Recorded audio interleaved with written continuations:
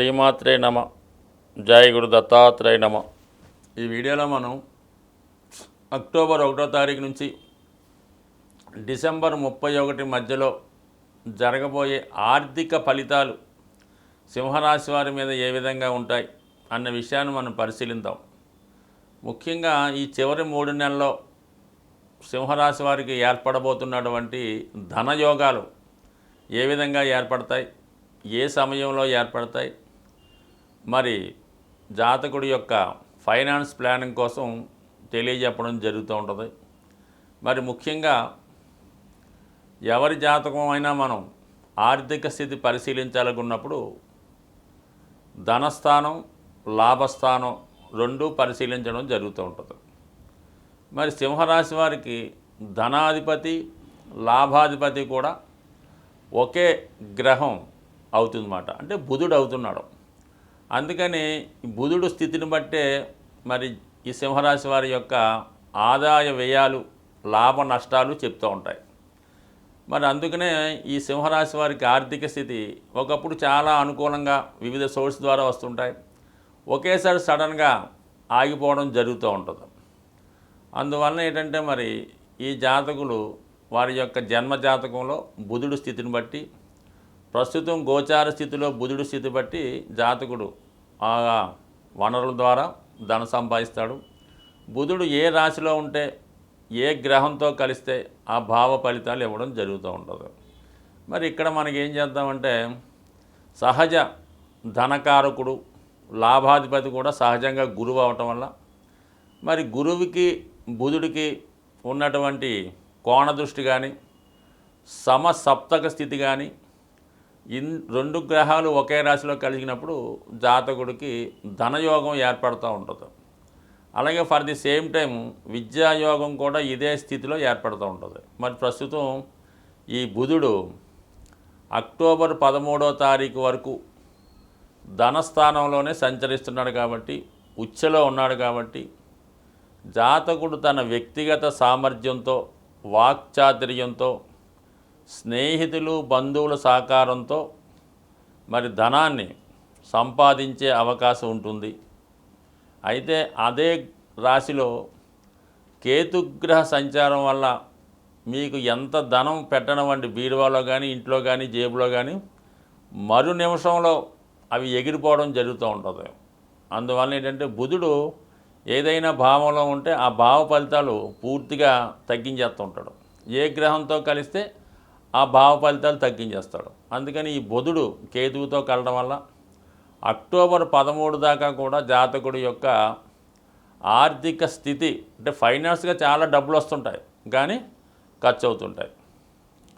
October 13 నుంచి November 6 దాకా, October 13 నుంచి నవంబర్ 6 దాకా మరి బుధుడు 6వ స్థానంలో సంచరించడం వల్ల అంటే సింహరాశి వారికి 3వ స్థానం అవుతుంది. గురువు నుంచి 6వ స్థానం షష్టాష్టకాలు పట్టడం వల్ల చాలా వరకు జాతకుడికి నవంబర్ 6 వరకు కూడా ఫైనాన్స్ స్థితి చాలా ఇబ్బందికరంగా ఉంటుంది. కానీ నవంబర్ 6 నుంచి ఇంచుమించుగా సంవత్సరం ఎండింగ్ దాకా కూడా మరి ఆర్థిక పరంగా ఈ ధనాధిపతి మీద గురువు వీక్షించడం వల్ల సహజంగా జాతకుడు పూర్వపుణ్య ఫలితం వల్ల సంతానం ద్వారా, తన యొక్క అదృష్టం ద్వారా ఆర్థిక పరమైనటువంటి సమస్యలు 100% మరి తను పొందడం జరుగుతూ ఉంటుంది. అలాగే మరి ఇంకోటి ఏంటంటే ఆర్థిక పరంగా మనం చూసినప్పుడు గురుగ్రహం అక్టోబర్ 9న వక్రగమనం పొందుతూ ఉంటాడు. వక్రగమనం పొంది ఇంచుమించుగా మనకి మనం అనుకున్న డిసెంబర్ 31 వరకు కూడా ఇంచుమించుగా అక్కడ స్థితి పొందడం జరుగుతూ ఉంటుంది.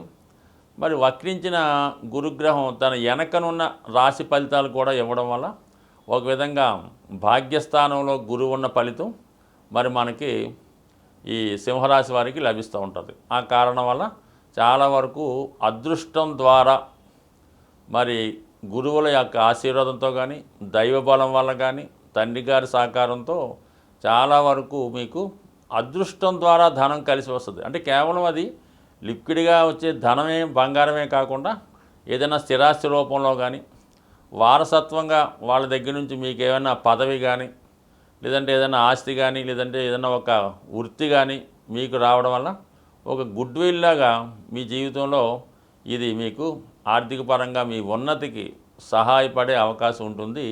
మరి గురుగ్రహ వక్రగమనం వల్ల సో ఇది కూడా బాగుంది.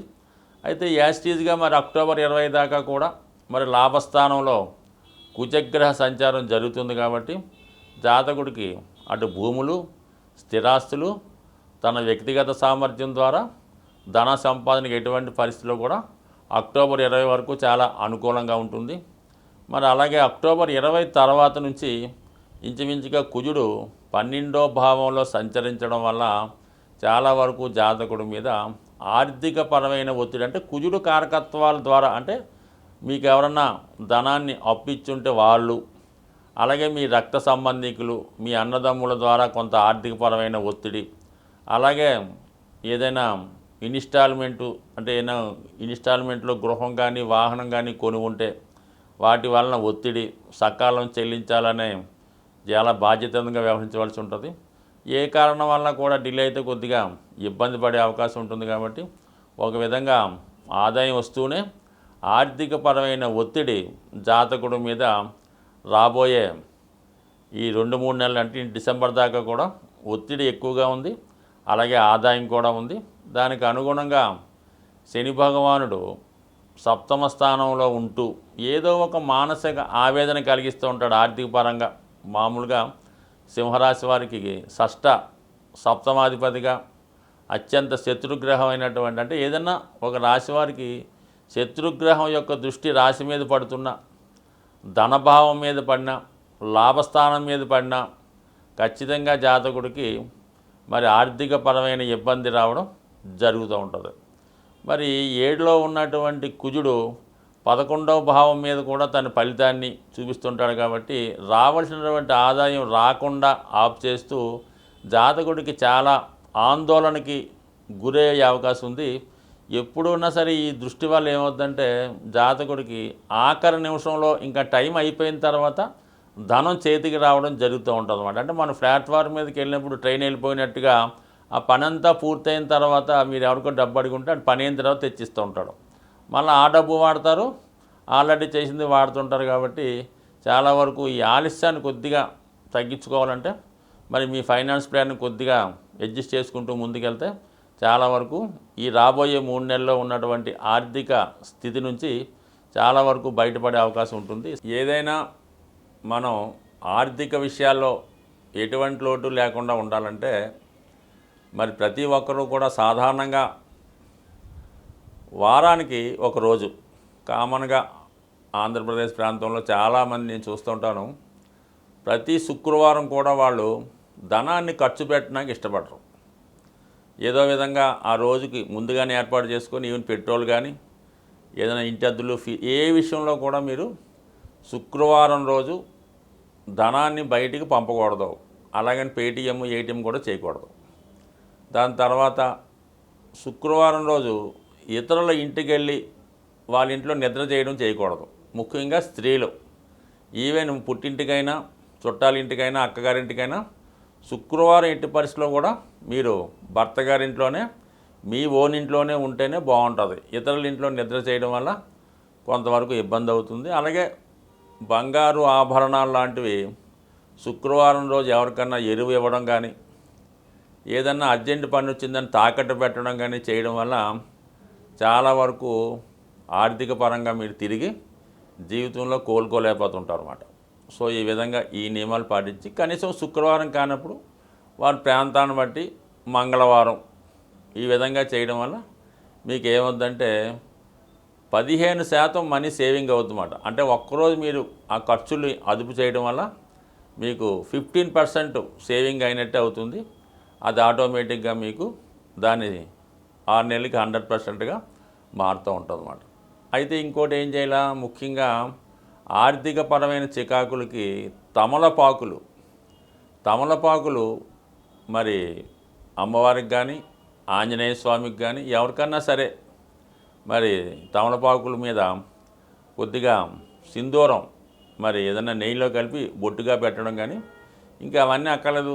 తమలపాకులు, ఏలక్కాయలు, మరి అమ్మవారికి తాంబూలంగా పెట్టాలన్నమాట, పెట్టచ్చు. అలాగే ఆంజనేయ స్వామి పెట్టచ్చు.